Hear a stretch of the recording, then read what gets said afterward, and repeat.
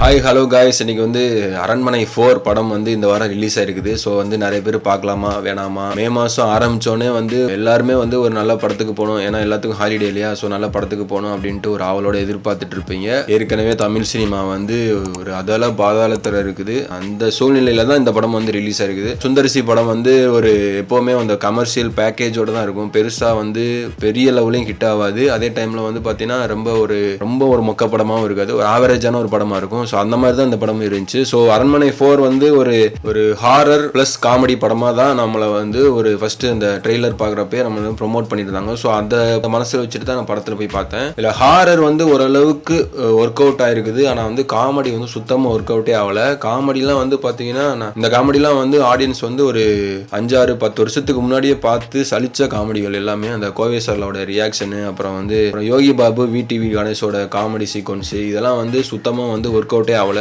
நமக்கு வந்து கடுப்பு தான் வருது இந்த காமெடியை பார்த்தோன்னே. பழைய காலத்து காமெடி சீக்வன்ஸு கோவை சார்லாவும் அப்படி தான் பண்ணியிருக்காங்க. ஸோ காமெடி வந்து படத்தில் சுத்தமாக ஒர்க் அவுட்டே ஆகலை. ஒரு 2-3 காமெடி மட்டும் நல்லா இருக்கும்னு நினைக்கிறேன். புதுசாக வெரைட்டியாக ஒரு காமெடி வந்து இந்த படத்தில் வந்து இல்லவே இல்லை. அதுக்கப்புறம் வந்து அந்த பேய் படம்னாலே என்ன ஒரு கதை இருக்கும், ஒரு பேய்க்கு வந்து ஒரு தேவை இருக்கும். அது வந்து ஹீரோ குடும்பத்தில் இருக்கிற யாரையாவது வந்து பழி வாங்கணும் அப்படின்ட்டு நினைக்கும். ஸோ வந்து அதை ஹீரோ வந்து எப்படி தடுத்து நிறுத்தி அந்த பேய்கிட்டேருந்து எல்லாத்தையும் காப்பாற்றி கடைசி பேய் எப்படி அழிக்கிறாரு அப்படின்றதான கதையாக இருக்கும். ஸோ அதே மாதிரியான டெம்ப்ளேட் தான் இந்த படத்துலையுமே.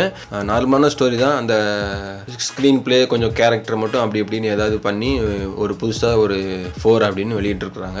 ஒரு வெரைட்டியோ ஒரு டிஃப்ரெண்ட்டாக புதுசாக யோசிச்சிருக்கிறது அப்படிலாம் இல்லை. ஒரு சின்ன ஒரு இது மட்டும் கொஞ்சம் டிஃப்ரெண்ட்டாக இருக்கும்னு நினைக்கிறேன். அந்த டிஃப்ரெண்ட்டாக இருக்கும் அப்படின்ட்டு நினச்சி எடுத்துருக்குறாங்க அந்த ஒரு கதையில். ஆனால் அதுவுமே வந்து ரொம்ப பெருசாக வித்தியாசம் வந்து தெரியல. ஸோ நார்மலான ஒரு பேய் கதை மாதிரி தான் இருக்குது. அதே மாதிரி அந்த ஹாரர் வந்து எந்த அளவுக்கு படத்தில் இருக்குது அப்படின்னா, ஒரு பேய் படம்னாலே அந்த ஹாரர்னாலே அந்த பேயை வந்து எப்பயாவது நமக்கு காமிச்சாதான் வந்து அந்த ஹாரர் வந்து இருக்கும். இந்த படத்தில் வந்து பேயை வந்து எப்போமாவது தான் காமிக்காமல் இருக்கிறாங்க, மற்ற எல்லா நேரமும் பேயை வந்து காமிச்சிடுறாங்க. ஸோ அதனால அந்த பேய் படத்துக்கான அந்த இம்பாக்ட் வந்து டோட்டலாக வந்து காலி ஆயிடுச்சு. இதை வேற அந்த காமெடி பண்ணுறேன்னு வேற ஒரு சைடில் போயிட்டாங்க இல்லையா.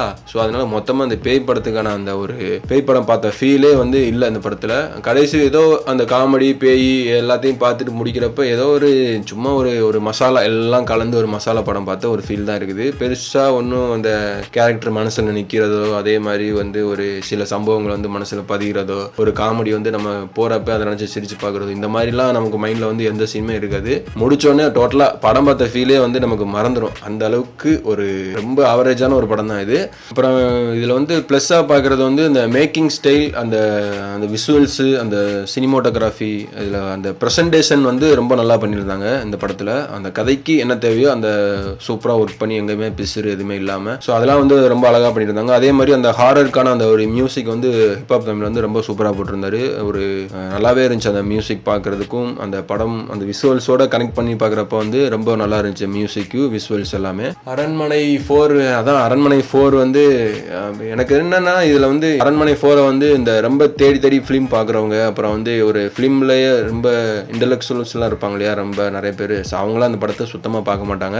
ஒரு என்டர்டைன்மெண்ட் பார்க்கணும்னு போகிறவங்க, அதே மாதிரி ஒரு ஃபேமிலி ஆடியன்ஸ், ஒரு ஜாலியாக சின்னதாக ஒரு கதை, அதுக்குள்ளே ஒரு சின்ன காமெடி, ஒரு ஹாரர், இந்த மாதிரி இருக்கணும் அப்படின்ட்டு நினச்சி போகிறவங்களுக்கு வந்து இந்த படம் வந்து ஒரு ஓகேவான படமாக இருக்கும். அதுக்கப்புறம் வந்து கடைசியில் வந்து ஒரு சாமி பக்தர்கள் பாட்டு மாதிரி ஒரு கடைசியில் ஒரு சாமி பாட்டு ஒன்று இருக்குது ஒரு 5 நிமிஷத்துக்கு. ஸோ அதில் வந்து பார்த்தீங்கன்னா சிம்ரன் அப்புறம் குஷ்பு வந்து ஆடிடுறாங்க. ஸோ அந்த ஒரு பாட்டு, அந்த பாட்டும் கிளைமேக்ஸும் சேர்ந்து தான் வரும். அதுவே வந்து ரொம்ப நேரம் போகிற மாதிரி இருக்கும் அந்த கிளைமேக்ஸ் சீக்வன்ஸும் அந்த பாட்டும் சேர்ந்து.